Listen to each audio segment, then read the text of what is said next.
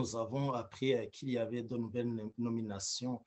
au poste de commissaire de la CVR. En échangeant avec nos membres basés à l'intérieur du Burundi, nous avons recueilli auprès de sources généralement dignes de foi, très bien informées, des gens originaires même de la commune de Mutaro. Bref, nous avons donc reçu des indications comme quoi Sieur Sadiki Kajandi, qui vient d'être nommé commissaire à la CVR, serait un des accusés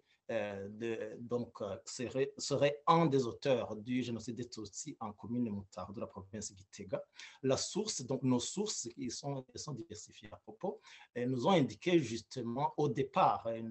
n'avaient même pas mentionné l'identité complète, on nous avait indiqué que si c'est ce musulman de Mutaro, eh bien, nous savons qu'il a été matériel dans l'accomplissement de la tâche ignoble de l'extermination des Tutsis. Alors, ce que nous avons fait, en ce qui nous concerne, nous avons vérifié dans le livre Burundi, génocide d'octobre 1993 des associations de la société civile, 1996,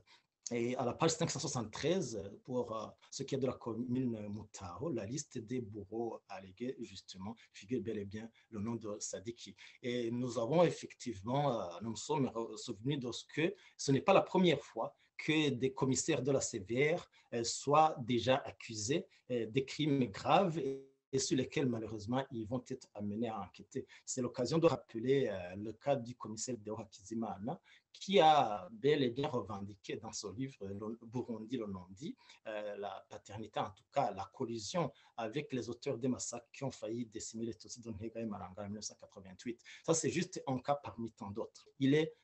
recommandable d'interpeller d'abord les Nations Unies parce que nous ne pouvons pas nous adresser au régime dirigé par la même organisation qui a perpétré le génocide, de nous adresser à l'Organisation des Nations Unies et leur rappeler qu'ils nous ont fait une sorte de paria, un cas atypique au monde parce que nulle part il n'y a un régime qui soit dirigé par des génocidaires identifiés par les Nations Unies et deux, que ces mêmes génocidaires soient appelés, soient habilités à nommer des commissions chargées d'enquêter sur leurs propres crimes. Et deuxièmement, nous sommes saisis de l'occasion, nous saisissons de l'occasion pour interpeller nos pairs des organisations luttant dans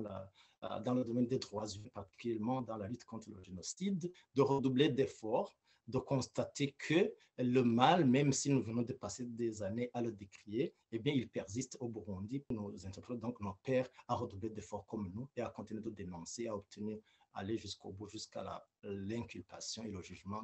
des auteurs de ces crimes.